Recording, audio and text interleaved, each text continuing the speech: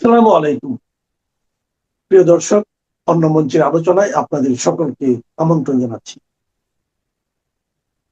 আজ আমাদের সঙ্গে আমন্ত্রিত অতিথি হিসেবে আছেন বাংলাদেশি, প্রবাসী বাংলাদেশি এবং ভারতীয় বাঙালি ভাই বোনেরা, আসসালামু আলাইকুম। যাই হোক, আজকে আপনাদের সামনে একটু ভারত প্রসঙ্গ নিয়ে কথা বলবো।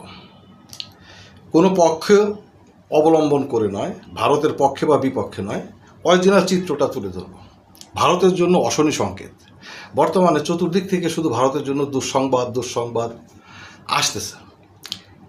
একদিকে আপনার মার্কিন শুল্ক 100% বৃদ্ধি করার একটা ক্ষমতা পেয়ে যাচ্ছে ডোনাল্ড ট্রাম্প। সিনেটে বিল পাশ হয়েছে। একেতে নাচ নেবুরি, তার উপর ঢোলের বাড়ি, বুঝতেই পারতেছেন। দ্বিতীয়ত হচ্ছে আপনার মক্কা নিরাপত্তা চুক্তি। অত্যন্ত একটা মানে ভারতকে বিচলিত করার মতো একটা চুক্তি বা নিরাপত্তা চুক্তি। ভারত যতই বলুক যে এটা আসলে তেমন কোনো বিষয় নয়, আমরা অবজার্ভ করতেছি, দেখতেছি, বা এটা টিকবে না ইত্যাদি, যদি টেকে তাহলে এটা ভারতের জন্য অত্যন্ত আপনারা মনে করেন যে চিন্তার একটা বিষয়।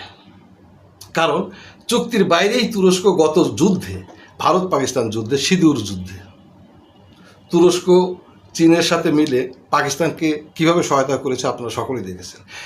একেতে ওই যে কথা বললাম, মানে নাচনে বলি, তারপরে ঢোলের বাড়ি, চুক্তি ছাড়াই যদি এত সহায়তা, তাহলে চুক্তি, যাই হোক, চুক্তি হওয়ার পরে কী হবে, এটা একটা কথা।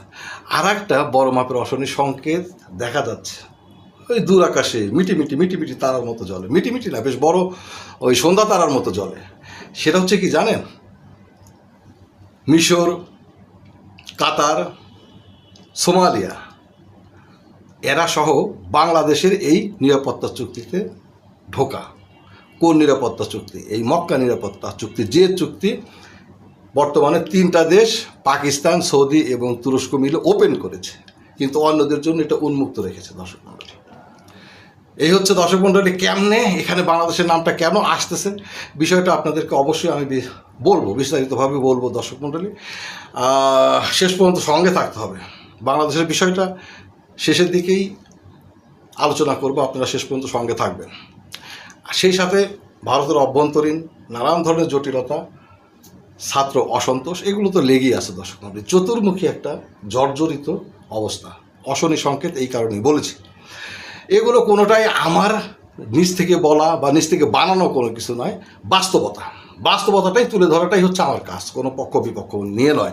আমি জানি এই বিষয়টা নিয়ে কথা বললে অনেকেই আপনার মনে করেন যে নানান ধরনের ট্যাগ দেবেন আমাকে, কিন্তু তারপরে আমাকে তো বলতেই হবে। এখন কথা হচ্ছে, সিনেটে আমেরিকা যে বিলটা পাশ করেছে, দর্শক মণ্ডলী, সেই বিলটা রাশিয়া বিল নামে পরিচিত। রাশিয়াকে যারা জীবিত রেখেছে, টিকে রেখেছে, আমেরিকা এবং ইউরোপ, ন্যাটো, এরা মনে করে রাশিয়াকে আপনার অক্সিজেন দিয়ে জীবিত রেখেছে কয়েকটা দেশ, তার মধ্যে চীন এবং ভারত অন্যতম।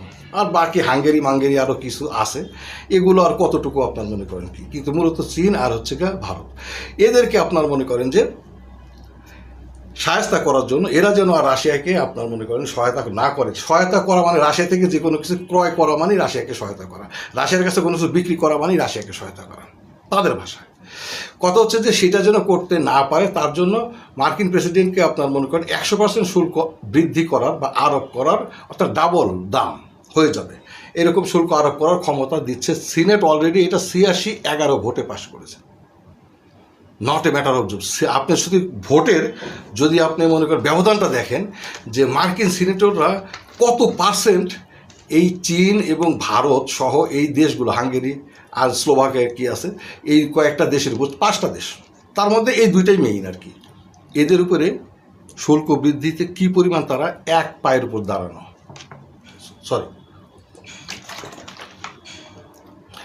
ভোটের ব্যবধানটা দেখলেই টের পাওয়া যায়। 86-11 ভোটে পাশ হয়েছে। দর্শক, এখন এটা কংগ্রেসও পাশ হবে, ওদের মনে হয় একটা ছুটি চলতেছে, ছুটিটা হয়ে গেলে তারপর এটা প্রেসিডেন্টের হাতে যাবে। ডোনাল্ড ট্রাম্প, তিনি কোনো ক্ষমতা ছাড়াই একের পর এক শুল্ক বৃদ্ধি করেছেন, আপনারা সকলেই জানেন। নট অনলি দ্যাট, সারা পৃথিবীতেই করেছেন, তারপরে ভারতের উপরে কেমন করেছেন সেটা আপনারা সকলেই জানেন। কিন্তু কথা হচ্ছে যে যদিও তাদের সুপ্রিম কোর্ট না, তাদের কোর্টের জন্য অনেকেই কিছুটা হলেও রেহাই পেয়েছে, বাংলাদেশেও তার আওতামুক্ত ছিল না, কিন্তু কথা হচ্ছে এখন তিনি বৈধভাবে খেলার একটা লাইসেন্স পেয়ে যাচ্ছেন। এখন আর তাকে কেউ কোনো কোর্ট তাকে আটকাতে পারবে না, অন্তত এই কয়েকটা দেশের জন্য। একেতে নাচনে বলি, তারপর ঢোলের বাড়ি। তাহলে তিনি এটা নিয়ে কী খেলা খেলবেন, চিন্তার কারণ অবশ্যই। কারণ আমাদের বাংলাদেশ যেরকম, মানে বাংলাদেশের জন্য আমেরিকা যেরকম অত্যন্ত বড় একটা ফ্যাক্টর, কারণ আমাদের রপ্তানির ম্যাক্সিমামই আমেরিকাতে হয়, ভারতেরও তাই। ভারতের রপ্তানির ম্যাক্সিমামই আপনার আমেরিকাতে। দর্শক মণ্ডলী, এই হচ্ছে অবস্থা। জেলা গাইবান্ধা থেকে দেখতেছেন, থ্যাংক ইউ, দেখতে থাকেন ভাই। এক নাম্বার। দ্বিতীয় নাম্বার হচ্ছে দর্শক মণ্ডলী, এই যে মক্কা চুক্তি, নিরাপত্তা চুক্তি, যেটাই বলেন, যেটাই বলা হোক না কেন, যে এটা এটা আমরা অবজার্ভ করতেছি, এটা তেমন কোনো বিষয় না। এটা আসলে ন্যাটোর মতো ওই রকম কোনো বিষয় হয়ে দাঁড়াবে কি না, শেষ পর্যন্ত এটা টিকে থাকবে কি না, এটা নিয়ে আমারও সন্দেহ আছে। কিন্তু যদি টিকে যায়, সন্দেহ আছে কেন? কারণ এরকম উদ্যোগ এর আগেও বহুতবার নেওয়া হয়েছে। খোদ সৌদি আরবের কারণে আপনার এই উদ্যোগগুলো, অনেকগুলো উদ্যোগ ভেস্তে গেছে সৌদি আরবের দাদাগিরির কারণে। এখন সৌদি আরবের নিজের যোগ্যতা কতটুকু আছে দাদাগিরি করা, সেটা সৌদি আরবকে বুঝতে হবে। বুঝে দাদাগিরিটা করলে তাহলে এর আগেই এই টাইপের একটা নিরাপত্তা জোট তৈরি হয়ে যেত, কিন্তু সেটা সৌদির কারণে হয়নি। যাই হোক, এখন কথা সৌদি আরব চিপায় পড়েছে, তো আমেরিকা চিপায় পড়েছে। তার খোদ গুরু, ওই যে ইরান বলেছে না যে আপনার এতদিন আমেরিকার পা চেটেছে, এখন আপনার পাকিস্তান এবং তুরস্ক সহ অন্য দেশগুলোর পা চাটা শুরু করেছে। যাই হোক, এই চাটাচাটির খেলায় যার পা চেটেছে সে নিজেই বেকায়দায় পড়ে গিয়েছে। তো তাহলে আর কি করবে? এখন সে বিপদে পড়েই আপনার মনে করেন যে জোট টিকিয়ে রাখতে হবে তাকে। জোট ছাড়া সে কখনোই, সৌদি আরবের মতো দেশ যারা মানসিকভাবে, যারা পরাধীন, যারা মনে করে যে তারা কখনোই নির্ভরশীল হতে পারবে না। কারণ সৌদি আরবে নির্ভরশীল হওয়ার মতো যা যা দরকার সব কিছু ছিল। প্রথম দরকার টাকা, টাকা হলে বাঘের চোখ মেলে। কিন্তু এই সমস্ত দেশগুলোর টাকা হলে বাঘের চোখ মেলে না, কিছুই মেলে না। তাদের অন্যের উপর অন্যের উপর নির্ভর করতে হয়, অন্যের ছাতার নিচে বসে থাকতে হয়। এরা সেটাতেই অভ্যস্ত। কাজেই সৌদি আরব, আমেরিকা যেহেতু পিছু টান দিয়েছে, কারো না কারো ছাতার নিচে আসতে হবে। সেই ছাতাটা সে এখন তার নিজের স্বার্থে এটাকে টিকে রাখবে। এই কারণে আমি বলি যে এটা টিকে যাবে। আর এখানে উন্মুক্ত রাখা হয়েছে, এই জোটটাকে আরও বড় করলে, যত বড় করা যাবে ততই এই সৌদি আরবের লাভ, অন্যদেরও লাভ। এখন কথা হচ্ছে যে জোটটা বড় হলে ভাঙার সম্ভাবনাও কমে যাবে। মিশর, কাতার, এই দেশগুলো অনেক আগে থেকেই এই জোটে ঢোকার জন্য প্রস্তুতি নিয়ে রয়েছে। এরা সম্ভবত, যেটা বলা হচ্ছে, ওই দিন শর্ট টাইমের মধ্যে এরা আপনার এখানে ঢোকার ঘোষণা দিয়ে এখানে সাইন করে ফেলবে। সাথে আর একটা দেশের নাম আসতেছে, সোমালিয়া। সোমালিয়া কেন গুরুত্বপূর্ণ সেটাও বলবো। সোমালিয়া গুরুত্বপূর্ণ, সোমালিয়ার একটা জলদস্যু বাহিনী আছে। আগে ইউরোপের দেশগুলো যেরকম সমুদ্রে ডাকাতি করে, এখন তো ভদ্র হয়েছে, মানে সভ্য ভদ্র, কিন্তু আগে ছিল কিন্তু জলদস্যু ডাকাত। সেই জলদস্যুর একটা বাহিনী সোমালিয়ার আছে, যে সমুদ্র নিরাপত্তার জন্য বা ওই দিক দিয়ে সে তার মানে শত্রু রাষ্ট্র যে কারো জাহাজ আটকায় দিতে পারে, ঠিক আছে, দখল করে নিতে পারে। এরকম বহুত ঘটনা ঘটছে আর কি। এই জন্য আরও তার অবস্থানগত কারণে, ভৌগোলিক অবস্থানের কারণে সে গুরুত্বপূর্ণ। এই বিষয়। আর একটা, বাংলাদেশের নামটা কেন আসতেছে দর্শক মণ্ডলী? বাংলাদেশের নামটা আসতেছে মূলত পাকিস্তান এবং তুরস্কের কারণে।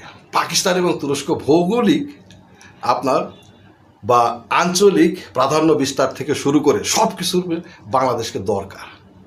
একদিকে মনে করেন যে ওই দিকে আপনার মনে করেন পাকিস্তান আছে, এইদিকে বাংলাদেশ যদি এই ন্যাটো, যেটাকে মুসলিম ন্যাটো বলা হচ্ছে, সেই মুসলিম ন্যাটোতে যদি বাংলাদেশ যুক্ত হয়ে যায়, তাহলে আপনি দেখেন এই সাবকন্টিনেন্টে একটা বিশাল বড় মাপের একটা ক্ষমতা রিয়ারান্স, বা একটা কি বলা হয় যায়, মানে ক্ষমতার যে একটা অস্থিতিশীলতা চলতেছে, সেটা অনেকাংশেই আপনার মনে করে ব্যালেন্স হওয়ার একটা সম্ভাবনা চলে আসতেছে।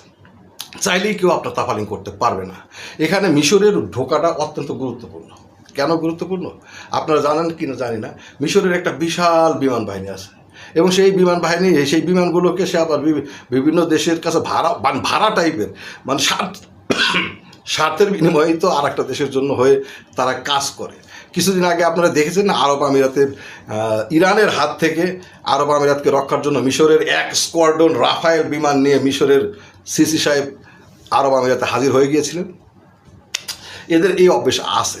তাহলে সেই মিশর যদি এই নিরাপত্তা বলয়ের মধ্যে আসে, এই ন্যাটোর মধ্যে অন্তর্ভুক্ত হয়, তাহলে যে কোনো প্রয়োজনে প্রত্যেকটা দেশই তার বিমান চলে যাবে, স্কোয়াড্রন বিমান চলে যাবে। ঠিক আছে, এটা একটা অন্যতম শক্তি যোগাবে এই আপনার মনে করেন যে পুরা মক্কা কি বলা হয় আপনার মনে করেন নিরাপত্তা চুক্তি মানে এলাইকে। তো মিশরের ঢোকাটা এখন সময়ের বিষয়। এখানে বাংলাদেশের বিষয়টা কেন আসতেছে দেখেন, বাংলাদেশের একটা কথা হচ্ছে যে এটা তো বললাম, একদিক থেকে বললাম তুরস্ক এবং আপনার পাকিস্তানের ইন্টারেস্ট, বাংলাদেশকে নিলে তার বিশাল একটা মানে শক্তির বলয় তৈরি হয় উপমহাদেশে। দ্বিতীয়ত হচ্ছে বাংলাদেশের পক্ষ থেকে আপনি দেখেন ভারতের সাথে বাংলাদেশের সম্পর্কটা কি আসলে স্বাভাবিক হচ্ছে? গত আপনার সরকারের সময় স্বাভাবিক হয় না, সেটা একটা কারণ ছিল। এই সরকারের সময় কেন হচ্ছে না? ভারত, এই সরকার মনে করে ভারত বাংলাদেশের চাইতে ব্যক্তিকে গুরুত্ব দিচ্ছে বেশি, গুরুত্ব দেয় বেশি। মানে সে কখনোই ওই ব্যক্তির ছাতার নিচ থেকে বের হয়ে আসতে পারবে না। ঠিক আছে, তো তাহলে আমার অন্যান্য যারা এই যে এখন যারা ক্ষমতায় আছে তারা আপনার কি করবে?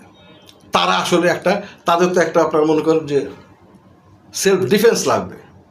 ঠিক আছে, সেই ডিফেন্সটা এখন বাংলাদেশের জন্য আপনার মনে করেন যে এই জোটটা অন্যতম একটা ডিফেন্স হয়ে দাঁড়াতে পারে। ঠিক আছে, এক নাম্বার। দ্বিতীয় নাম্বার হচ্ছে এই জোটে ঢোকার ব্যাপারে শুধু পাকিস্তান এবং তুরস্কই কি আপনার পিছন থেকে বাংলাদেশকে ইন্সপায়ার্ড মানে ইনসিস্ট করবে বা মানে বাংলাদেশকে আপনার গুতাবে? না, এখানে চায়নাও গুতাবে। কারণ এই জোটটা তৈরির পিছনে অনেকেই বলে থাকে যে আমেরিকার হাত আছে, হয়তো আছে, অবশ্যই আছে, আমিও মনে করি আছে। কিন্তু এই জোটকে এই এরিয়ার মধ্যে চীন কাজে লাগানোর চেষ্টা করবে।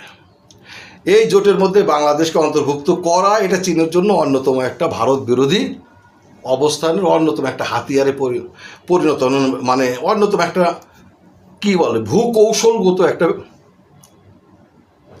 বিজয় বলা যেতে পারে, অথবা ভূকৌশলগত একটা সাকসেস বলা যেতে পারে। এটা চীন চেষ্টা করবে বাংলাদেশকে পিছন থেকে তুমি ঢুকো। আসি তো আমরা, এখন আসতেছে আমেরিকার কথা। আমেরিকার সমর্থন ছাড়া আসলে হবে না। ঠিক আছে, আমেরিকার সমর্থন ছাড়া হবে না। ভারতের সাথে বর্তমানে আমেরিকার সম্পর্কগুলো কেমন যাচ্ছে, ভবিষ্যতেও এটা ভালো হওয়ার কোন সম্ভাবনা আছে কি? দ্বিতীয়ত হচ্ছে আপনার মনে করেন পাকিস্তান এবং তুরস্ক ন্যাটোর অন্যতম একটা শক্তিশালী, মানে আমেরিকার পরেই তুরস্কের অবস্থান ন্যাটোতে সব দিক থেকে। তো তুরস্ক এবং পাকিস্তান এই দুই দেশের রাজনীতি, মানে একদিকে এরদোগান আর একদিকে পাকিস্তানের প্রধানমন্ত্রী সহ পাকিস্তানের সেনাপ্রধান, এই কয়েকজনের আপনার অন্ধভক্ত হচ্ছে কে? Donald Trump. সব জায়গায় এদের তিনি আপনার মনে করেন যে সুনাম গেয়ে বেড়ান, এরাও ডোনাল্ড ট্রাম্পের সুনাম গায়। ঠিক আছে, একে অপরের পরিপূরক আর কি। তো যদি সত্যি পাকিস্তান এবং আপনার তুরস্ক চায়, তাহলে সেখানে কি আমেরিকার না চাওয়ার কোনো কারণ আছে? সৌদি আরব তো আছেই। দর্শক মণ্ডলী, আপনারা কি মনে করেন? যাই হোক না কেন, যদি আপনারা মনে করেন, আপনারা যদি চান, অনেকেই আমাকে বলেছে ভাই এটা নিয়ে একটু কথা বলবেন, আসলে বাংলাদেশকে এই জোটের মধ্যে ঢুকবে না। বাংলাদেশ জোটের মধ্যে ঢোকার জন্য কোনো ঘোষণাও দেয়নি, তবে বাংলাদেশকে টানাটানি করা হচ্ছে, এক নম্বর। দ্বিতীয় নম্বর হচ্ছে বাংলাদেশ কেন আপনারা, আমি মনে করি এই জোট যদি টিকে থাকে অবশ্যই ঢোকা উচিত, ঢুকে যাওয়া উচিত। একটা নিরাপত্তা জোটের মধ্যে আপনি কেন ঢুকবেন না? ঠিক আছে, সেই নিরাপত্তা জোটটা যদি আরও নিজেদের মন মানসিকতা হয়, আপনি কেন ঢুকবেন না? কার জন্য ঢুকবেন না? ঢোকা উচিত। এখন কথা হচ্ছে যে এটা টিকবে কি না। যদি আপনারা মনে করে থাকেন যে এখানে ঢোকা উচিত এখন, তাহলে অবশ্যই এর সপক্ষে আপনাদের সোচ্চার হতে হবে, সামাজিক যোগাযোগ মাধ্যমে বলতে হবে, লিখতে হবে, যেন সরকার অনুকূল একটা পরিবেশ পায়। আর যদি মনে করেন ঢোকা উচিত না, তাহলে লিখবেন না, বলবেন না, বিরোধিতা করবেন, তাতেও কোনো আপত্তি নেই। এটা যার যার ব্যক্তিগত আপনার মনে করেন বিষয়। ঠিক আছে, ব্যক্তিগত দিক থেকে চিন্তা ভাবনা করে। কারণ অনেকে ইরানপন্থী, ইরান এটাকে আপনার একবার 100% বিরোধী হিসেবে নিচ্ছে, বিষয়টা তাও না। ইরান এটা বলছে এটা একটা কাগজে ইয়েটি অমুক, কিন্তু এখানে পাকিস্তান সম্ভবত যতটুকু জানা যায় ইরানকে ম্যানেজ করার চেষ্টা, ইরানকে ভবিষ্যতে ইরানকেও এখানে ঢোকানোর ব্যাপারে আপনার মনে করেন যে তাদের চিন্তাধারা আছে। ইরানের সাথে কথাবার্তা চলতেছে, ঠিক আছে, চলতেছে না তা না। তো এখন কথা হচ্ছে দর্শক মণ্ডলী, আপনারা কি মনে করেন? যদি মনে করেন যে এটা হওয়া উচিত, এই জোটটা টিকে থাকা উচিত এবং এই জোটে বাংলাদেশে ঢোকা উচিত, তাহলে যেটা বললাম মানে বাংলাদেশ সরকারকে সাপোর্ট দেওয়ার জন্য আপনি আওয়াজ তোলেন। আর না হলে অন্তত আমরা যারা বলি টুকটাক সেগুলোকে শেয়ার করেন, আমাদের কন্টেন্টগুলো শেয়ার করেন, ঠিক আছে? অন্তত আপনার মনে করেন মানুষের কাছে যাক, এই হচ্ছে কথা। আর যদি বিরোধিতা করেন যে না এটা হওয়া উচিত না, সেটাও আপনি করতে পারেন, এটা যার যার রাজনৈতিক ব্যক্তিগত অধিকার, ঠিক আছে? এই হচ্ছে কথা। আর একটা দিক থেকে হচ্ছে ভারতের অভ্যন্তরীণ যে সমস্যাগুলো সেগুলো সামনের দিকে আরও প্রকট হয়ে উঠতে পারে বলেই অনেকেই মনে করতেছে, কারণ বিভিন্ন গোয়েন্দা সংস্থা, এটা তো আসলে বাংলাদেশের এই যে অভ্যুত্থান অমুক তমক সব কিছুর মধ্যে একটা বাইরের একটা নাড়ানাড়ি থাকে। যদিও আপনার মনে করেন ভারতের রাজনীতিবিদরা বলছে না বাইরে তেমন কেউ নাই, আসলে স্বীকার করে না, কিন্তু কথা হচ্ছে থাকে তো, সেটা সামনে আরও হয়তো বেশি হয়ে যেতে পারে, যে কারণে অভ্যন্তরীণ সমস্যা আরও জটিল হয়ে উঠতে পারে। এই অভ্যন্তরীণ সমস্যাটা আসলে ভারতের জন্য না, এটা মূলত সমস্যা হচ্ছে মোদি সাহেবের জন্য। মোদি সাহেব বলতে মোদি সাহেব আর ভারত তো এক জিনিস না, ঠিক আছে? জিনিসটা হচ্ছে এই আর কি। দর্শক মণ্ডলী, সঙ্গে থাকবেন, শেয়ার করে দেবেন, লাইক করবেন। খোদা হাফেজ।